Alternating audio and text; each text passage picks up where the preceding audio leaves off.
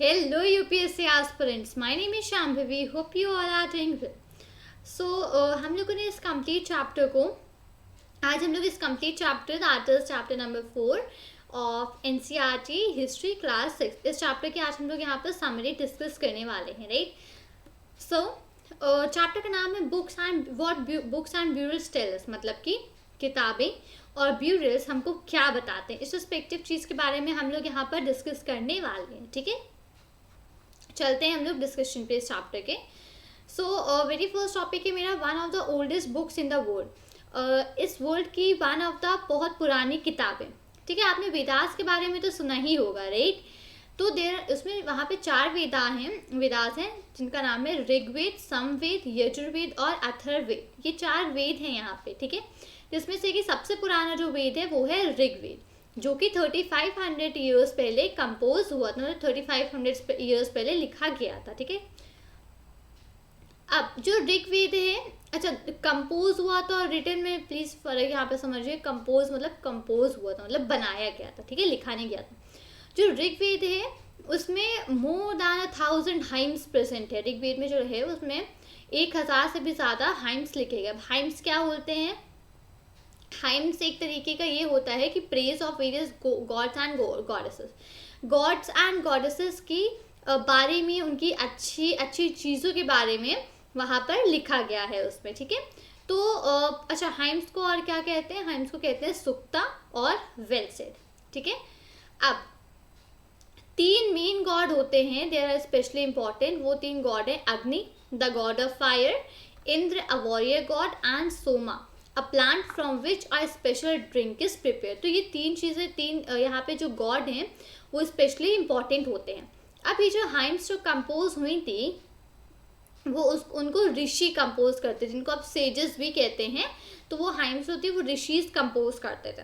जो प्रीस्ट होते थे वो स्टूडेंट्स को सिखाते थे कि इस जो हाइम्स है इनको कैसे रिसाइट करना है, कैसे याद रखना है, हर एक वर्ड को किस तरीके से बोलना है, हर एक वर्ड को किस तरीके से प्रोनाउंसिएट करना है, ठीक है। तो ये सब चीज़ें जो प्रीस्ट होते थे वो स्टूडेंट्स को सिखाया करते थे। बहुत सारे जो हाइम्स थे वो मेन कंपोज करते थे और मेन ही उसको सीखते भी थे, उसको याद करते थे।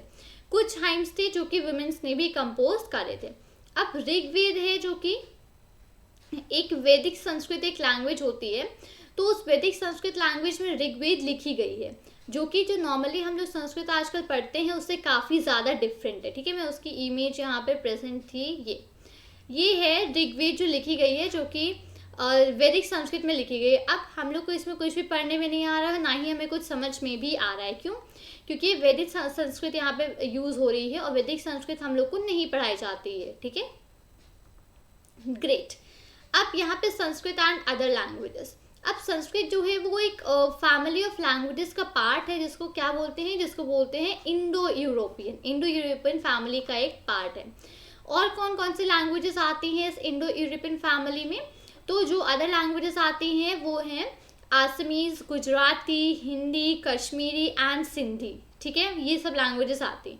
एशियन लैंग्वेजेस जो होती हैं वो क्या है? Persian and many European languages, जैसे कि English, French, German, Greek, Italian and Spanish. तो ये सारे जितने भी लैंग्वेजेस हैं ये सारी लैंग्वेजेस इंडो यूरोपियन फैमिली को बिलोंग करती हैं, ठीक है। तो अब इनको फैमिली क्यों कहा जाता है? क्योंकि इनके जो वर्ड्स हैं they originally had words in common. इनके जो वर्ड्स हैं वो जनरली बहुत कॉमन हैं, ठीक है। जैसे कि हम लोग माँ बोलते हैं हिंदी में, ठीक है। तो उसको संस्कृत में क्या बोला जाता है? संस्कृत में उसको बोला जाता है मातृ, हिंदी में उसको बोला जाता है माँ, और इंग्लिश में हम लोग क्या बोलते हैं? मदर। तो इस तरीके के जो वर्ड्स हैं इसलिए इनको फैमिलीज कहा जाता है, ठीक है। अब और भी लैंग्वेजेस हैं बहुत सारे जो कि बहुत अलग अलग सब कॉन्टिनेंट्स को बिलोंग करती हैं और वहाँ पर यूज़ होती थी। जैसे कि नॉर्थ ईस्ट को एक फैमिली बिलोंग करती है जो कि है टिबेटो बर्मन फैमिली, जिसमें ठीक है, टिबेटो बर्मन फैमिली। नेक्स्ट एक है द्रविडियन फैमिली। द्रविडियन फैमिली में कौन कौन सी लैंग्वेजेस थी? तमिल, तेलुगु, कन्नड़ और मलयालम, ठीक है, वो है द्रविडियन फैमिली। और कुछ लैंग्वेजेस जो है झारखंड में बोली जाती थी and parts of central India, जिसको कि हम लोग बोलते हैं ऑस्ट्रो एशियाटिक फैमिली, ठीक है। सो इस चीज़ को यहाँ पे याद रखिएगा। अब जो बुक्स थी, हम लोग जो आज यूज़ करते हैं वो रिटन और प्रिंटेड बुक्स यूज़ करते हैं, राइट। वो प्रिंटेड बुक्स हम लोग को मिलते हैं, हम लोग उसको पढ़ते हैं। जो ऋग्वेदा थी वो जनरली रिटन या प्रिंटेड फॉर्मेट में नहीं मिलती थी। जनरली ऋग्वेदा को लोग पढ़ते थे, लोग रिसाइट करते थे, उसको पढ़ते थे और उसको सुना करते थे, ठीक है, रैदर दैन रीडिंग। अब जो ऋग्वेद है उसको काफ़ी सेंचुरीज पहले ही लिखा जा चुका था, उसके कंपोज होने के पहले, ठीक है। तो 200 साल पहले लगभग प्रिंट होना चालू हुई थी ऋग्वेद, ठीक है। How historians study the Rigveda. अब जो हिस्टोरियंस होते हैं वो ऋग्वेद को कैसे स्टडी करते हैं। हिस्टोरियंस लाइक आर्कियोलॉजिस्ट वो होते हैं जो कि हम लोग को पास्ट के ऑब्जेक्ट्स के बारे में बताते हैं, राइट। तो किस तरीके से बताते हैं, मटेरियल्स का अगर कुछ रिमेन्स बचा होता है तो इन सब चीज़ों को एग्जामिन करके, इन सब चीज़ों को स्टडी करके वो हमें पास्ट के बारे में बताते हैं। Let us see how to study Rigveda. Rigveda को कैसे स्टडी करते हैं। तो ऋग्वेद में कुछ जो हाइम्स होते हैं वो कुछ डायलॉग्स के फॉर्मेट में होते हैं, ठीक है। तो यहाँ पे नीचे एक इमेज है, उसमें इसी तरीके का एक हाइम प्रेजेंट है जो कि डायलॉग है between a says named Vishwamitra and two rivers, Beas and Satluj. They were worshipped as goddess, जिनको goddess की तरह worship किया जाता था। अब यहाँ पर ये प्रेजेंट है dialogues between the Vishwamitra and the reverse, that is the hymn. Vishwamitra ने कहा, ओ रिवर्स, आप यहाँ जो नीचे माउंटेन से आ रहे हो, ऐसा लगता है कि दो बहुत ही खूबसूरत घोड़े, बहुत ही स्विफ्ट हॉर्सेस और जैसे कि बहुत ही शाइन करती हुई दो गाय अपने कार्व्स को आराम से वहाँ पर सहला रही है। कुछ इस तरीके से आप इन माउंटेन से यहाँ नीचे की तरफ आ रहे हो। आप you move like chariots to the sea, आप चैरियट्स की तरीके मूव करते हो जो कि सी के लिए होते हैं, ठीक है। Through the power of Indra, Indra की पावर की वजह से आप इस तरीके से मूव करते हो। आप वाटर से पूरा फुल हो, तो आप पूरा पानी से भरे हुए हो और आप एक दूसरे के साथ मिलने के लिए इच्छा करते हो and wish to unite with one another. The rivers ने कहा कि हम जो कि पानी से पूरा भरे हुए हैं, हम लोग जो भगवान का दिखाया हुआ रास्ता है उसी की तरफ हम लोग मूव करते हैं। एक बार अगर हम बहना यहाँ पर स्टार्ट करते हैं तो हमको कोई भी यहाँ पर स्टॉप नहीं कर सकता है। तुम हमसे प्रे क्यों करते हो, ओ सेज। विश्वामित्र ने कहा, ओ सिस्टर्स प्लीज मेरी बात को सुनिए। एक सिंगर है जो कि बहुत दूर से आए हैं, बहुत लंबी डिस्टेंस ट्रैवल करके आए हैं अपने चैरियट्स और कार्ट्स के साथ। आप अपना जो पानी है उसको इतना ज़्यादा ना रेस करें और हमारे जो पहिए हैं, जो हमारा चैरियट है उसके पहिए तक ही उसको रहने दें, ताकि हम लोग यहाँ से आसानी से रिवर को क्रॉस कर सकें। तो रिवर्स ने कहा कि हम आपकी जो प्रेयर है उसको सुनेंगे और आप यहाँ से बहुत ही सेफली क्रॉस कर सकते हैं। अब ये विश्वामित्र और रिवर्स के बीच में ये जो यहाँ पे कॉन्वर्सेशन, जो हाइम लिखा गया है, इसको अगर आर्कियोलॉजिस्ट, हिस्टोरियंस अगर स्टडी करेंगे तो कैसे करेंगे। हिस्टोरियंस इस हाइम से ये पॉइंट आउट करेंगे कि ये जो हाइम कंपोज हुई है वो एक ऐसे एरिया में कंपोज हुई है जहाँ पे ये जो रिवर्स है वो फ्लो करती है। वो ये भी सजेस्ट करती हैं कि जो सेज था विश्वामित्रा, वो कुछ ऐसी सोसाइटी में रहता होगा जहाँ पर हॉर्सेस और काउस को बहुत ही ज़्यादा वैल्यूड एनिमल माना जाता है। इसी वजह से जो सेज था विश्वामित्रा, उन्होंने इसी वजह से रिवर्स को हॉर्सेस एंड काउस से कंपेयर किया, ठीक है। तो ये इस तरीके से हाइम्स पढ़े जाते हैं और आर्कियोलॉजिस्ट इस तरीके से हाइम्स को स्टडी आउट करते हैं। Cattle, horses and chariots. अब कैटल, हॉर्स एंड चैरियट्स के बारे में यहाँ पे क्या पढ़ते हैं। सो यहाँ पे बहुत सारी प्रेयर्स है जो कि ऋग्वेदा में लिखी हुई हैं, कैटल्स के लिए, चिल्ड्रन के लिए और हॉर्सेस के लिए। हॉर्सेस को क्या किया जाता था, और जैसे कि चैरियट्स होते हैं जिनके दो पहिए होते हैं और उनमें कोई भी कवरिंग नहीं होती, मतलब केवल दो पहिए नीचे लगे होते हैं और ऊपर एक मतलब ओपन टाइप का वो लगा होता है, पटरा टाइप का, और उसमें आगे कोई भी एनिमल को वो लोग उससे अटैच कर देते हैं और फिर एनिमल्स मूव करते हैं। तो इसी तरीके का कुछ हॉर्सेस के साथ भी करते थे, जो कि कहाँ यूज़ होते थे, जो कि बैटल्स में यूज़ होते, लड़ाइयों में यूज़ होता था, ठीक है। और वो बैटल्स किस लिए लड़े जाते थे, वो बैटल्स इसलिए जो कैटल्स होती थी, कैटल्स को कैप्चर करने के लिए वो बैटल्स लड़े जाते थे। बैटल्स और किस किस चीज़ों के लिए लड़े जाते थे, लैंड के लिए, ज़मीनों के लिए लड़े जाते थे। वो क्यों लड़े जाते थे, क्योंकि ज़रूरी था क्योंकि वहाँ पे जो भी हार्डी क्रॉप्स ग्रो करने के लिए जो कि बहुत ही जल्दी वहाँ पर पक जाते थे, उन क्रॉप्स को ग्रो करने के लिए लैंड के लिए लड़ाई होती थी। और जो क्रॉप्स बहुत जल्दी जो राइप हो जाते हैं उनका क्या नाम है, वो है बार्ले। ओके, तो कुछ बैटल्स इन सब लिए लाइक लड़े जाते थे, कुछ पानी के लिए, कुछ लोगों को कैप्चर करने के, तो यही सब जनरल ये रीजंस थे बैटल्स को लड़ने की। ठीक है, अब कुछ वहाँ से कुछ वेल्थ मिलती थी तो उसको वहाँ से ऑब्टेन करा जाता था और लीडर्स उसको अपने पास रखते थे। कुछ वेल्थ को प्रीस्ट को दे दिया जाता था और जो बची होती थी वो पीपल में डिस्ट्रीब्यूट कर दी जाती थी। तो जो कुछ वेल्थ मतलब कि पैसे और ऑर्नामेंट्स, ये सब वेल्थ। ठीक है, तो कुछ वेल्थ जो थी वो यजनास को परफॉर्म करने में यूज होती थी और कुछ sacrifices in which offerings were made into the fire, और कुछ जो सैक्रिफाइसेस होते जिसमें कि सामान फायर में ऑफर किया जाता था, तो कुछ वेल्थ उन सैक्रिफाइसेस में यूज हो जाती थी। So these were meant for gods and goddesses, जो कि गॉड और गॉडेसेस के लिए होता था। ठीक है, ऑफरिंग्स किस तरीके की होती थी, ऑफरिंग्स घी की होती थी, मतलब ऑफरिंग मतलब कि उस फायर में ऑफर करना, फायर में डालना, जैसे कि घी, ग्रेन्स, और कुछ केसेस में एनिमल्स भी होते थे। ठीक है, तो जो वॉर्स होते हैं उसमें मोस्टली मेन पार्ट लिया करते थे।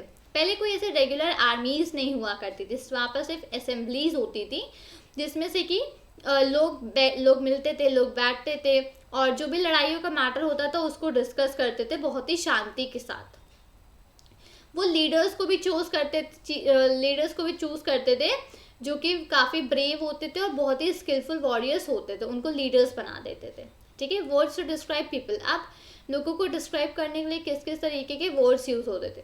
तो वहाँ पे बहुत सारे तरीके थे लोगों को डिस्क्राइब करने के, जैसे कि वो जो काम करते थे उस काम के हिसाब से डिस्क्राइब करते थे, वो जैसी लैंग्वेज बोलते थे उस लैंग्वेज के हिसाब से, जिस प्लेस को वो बिलोंग करते उस प्लेस के हिसाब से, उनकी फैमिली के हिसाब से, उनकी जो कम्युनिटीज़ थी उनके हिसाब से, और जो उनकी कल्चर प्रैक्टिसेस थी उनके हिसाब से लोगों को डिस्क्राइब किया जाता था। अब ऋग्वेद में कुछ वर्ड्स मेंशन है लोगों को डिस्क्राइब करने का, तो उस वर्ड्स को हम लोग यहाँ पे पढ़ते हैं। तो वहाँ पे दो ग्रुप्स हुआ करते थे, हुआ described in terms of their work के बेसिस पे दो ग्रुप्स में डिस्क्राइब करा जाता था।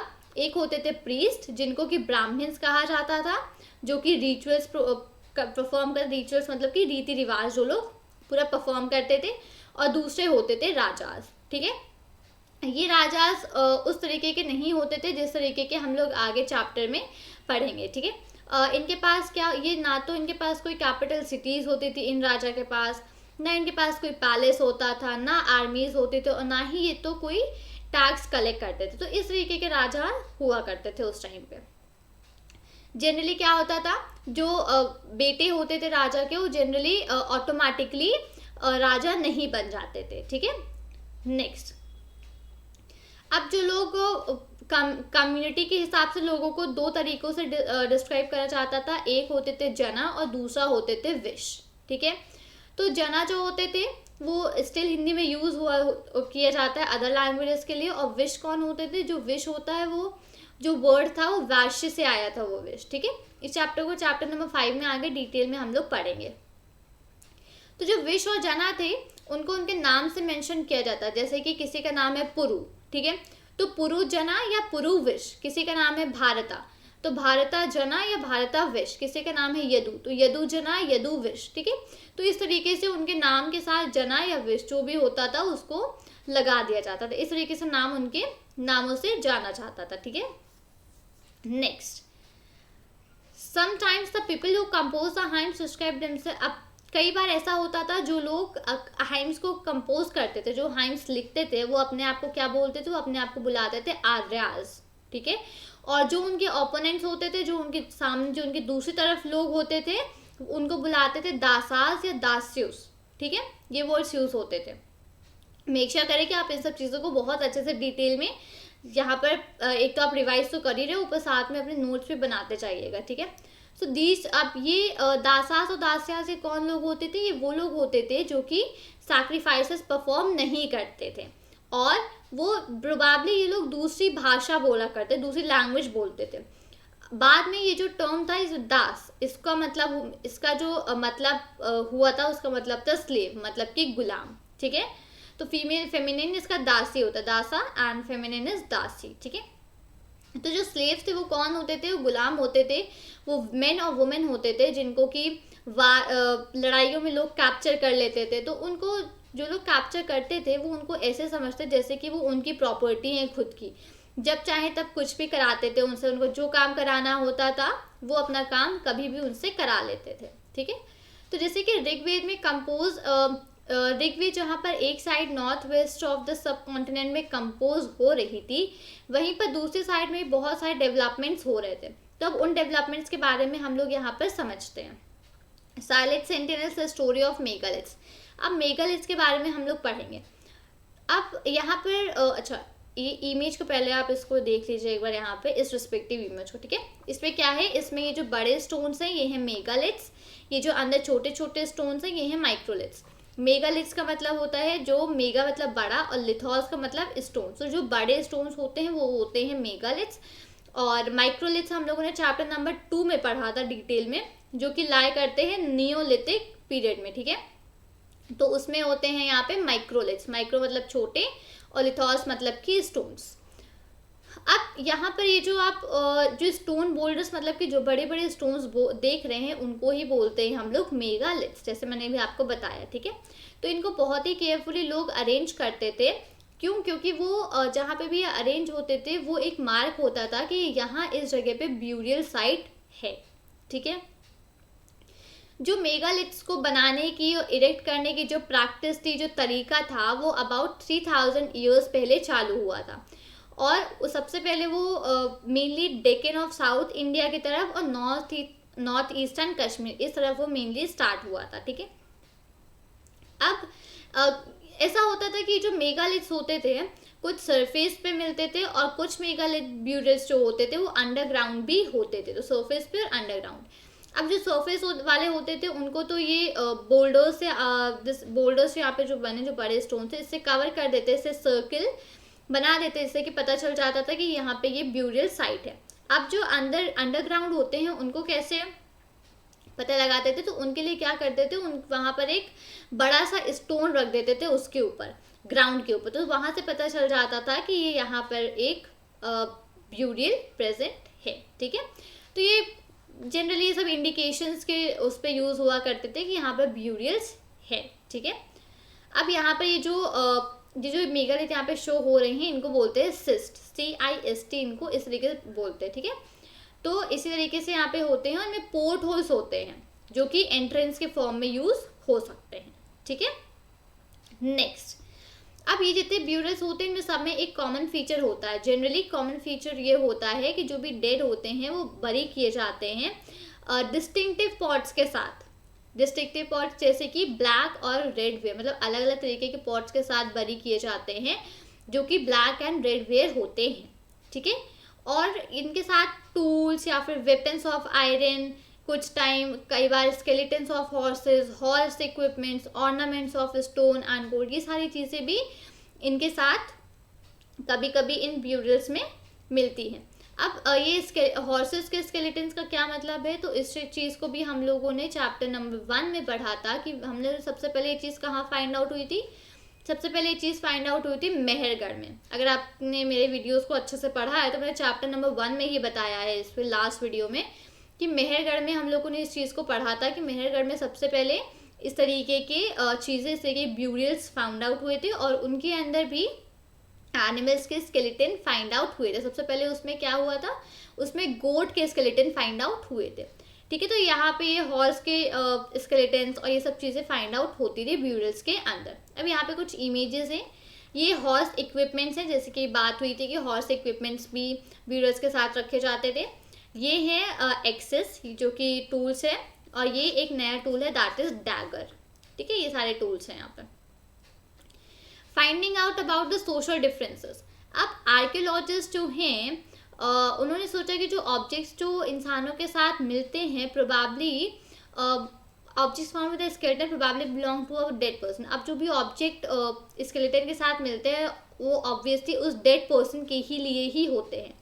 तो कई बार ऐसा हुआ है कि ऑब्जेक्ट्स जो होते हैं वो found in one grave than in another.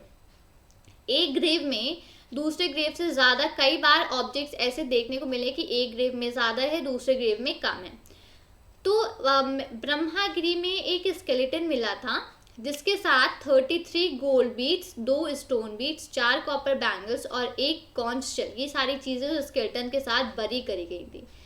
और जो दूसरे स्केलेटन्स थे कुछ के साथ सिर्फ और सिर्फ पॉट्स को रखा गया था। तो इससे ये पता चलता है कि वहाँ पर भी स्टेटस के डिफरेंसेस होते थे। लोग वहाँ पे भी there were difference in the status among the people, लोगों में स्टेटस के हिसाब से डिफरेंसेस होते थे जो लोग वहाँ पे बरी किए जाते थे। अब जैसे कि जो बहुत रिच पर्सन्स हैं वो अपना जो भी जैसे कि ये बीड्स वगैरह और गोल्ड के ऑर्नामेंट्स वगैरह उनके साथ बरी करते थे। अब जैसे कि जो पुअर पीपल हैं वो सिंपल पॉट्स ही बरी कर पाते थे। तो इसमें भी डिफरेंस इन स्टेटस होता था। While rich others poor, some chiefs and other followers, ठीक है, जैसे मैंने बताया।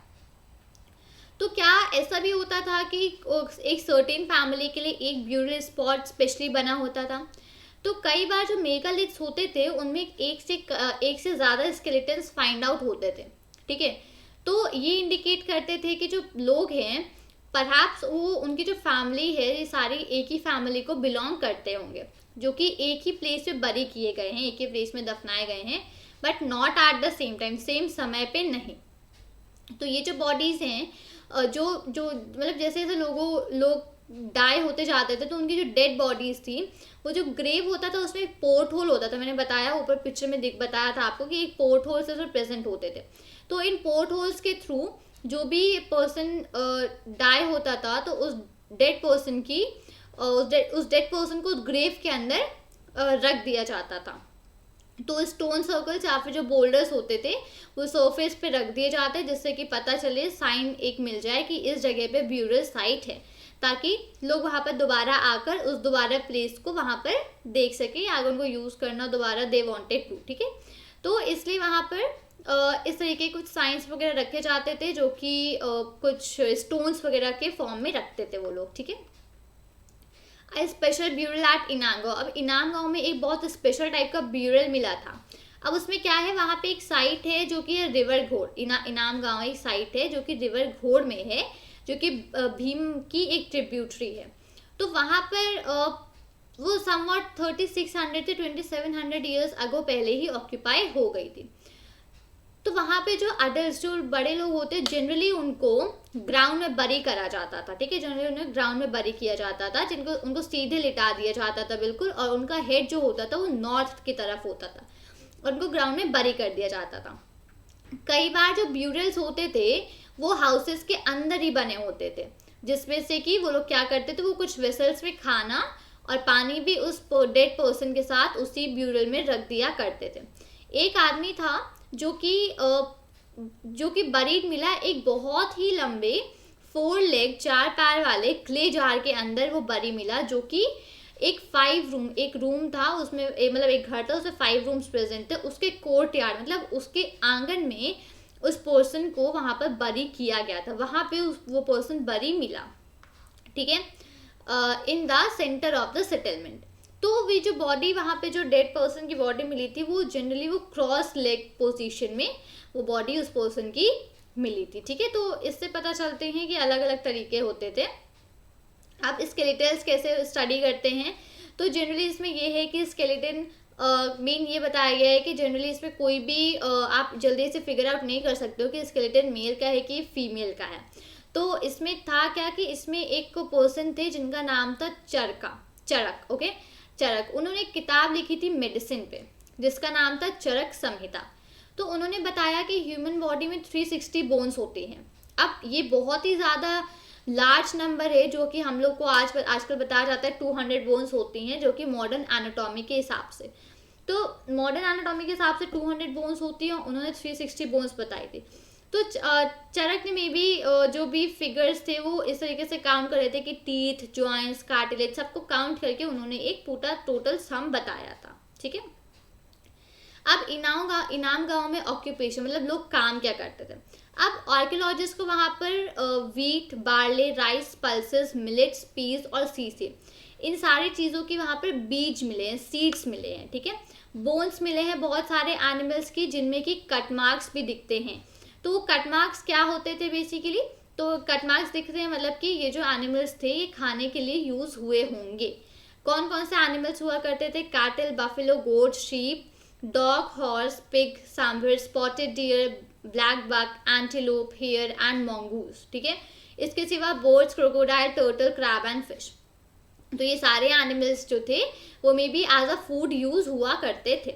अब वहाँ पे कुछ ऐसे एविडेंसेस भी मिले हैं कि वहाँ पे लोग फ्रूट्स भी कलेक्ट करते थे, जैसे कि बेर, आंवला, जामुन, डेट्स और बेरीज की बहुत सारी वैरायटी, तो ये भी लोग कलेक्ट किया करते थे। अब एल्सवेयर,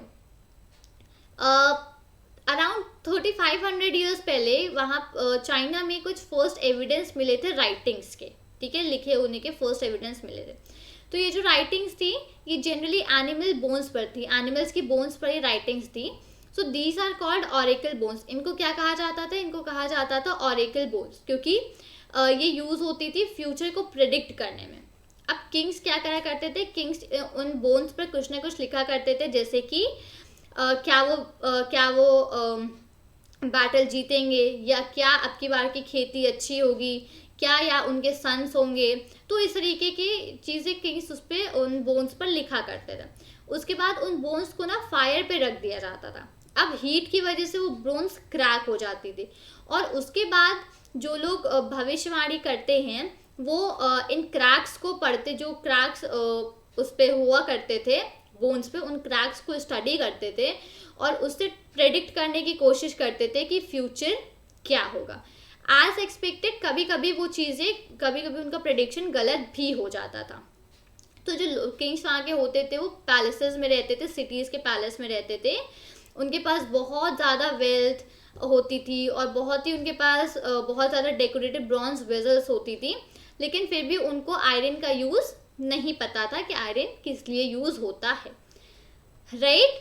तो उम्मीद करती हूँ आपको ये चैप्टर पूरा, इसकी समरी जो मैंने आपको यहाँ पे समझाई है आपको काफ़ी अच्छे से पूरा समझ में आया होगा। अगर आपको इस चैप्टर का डिटेल एक्सप्लेनेशन लेना है तो नीचे मेरी प्लेलिस्ट का लिंक मेंशन है, इसकी प्लेलिस्ट का, आप उसमें जाके कंप्लीट वीडियोस इसके भी पढ़ सकते हो जो मैंने डिटेल में काफ़ी कवर करे हैं। ठीक है, उम्मीद करती हूँ कि आपको वीडियो अच्छा लगा होगा। वीडियो अच्छा लगा है तो वीडियो को लाइक करें, वीडियो पे कमेंट करें और अपने फ्रेंड्स के साथ शेयर करें, और चैनल को सब्सक्राइब करना मत भूलिएगा। मिलती हूँ आपसे नए वीडियो के साथ। Till then thank you and take care. जय हिंद।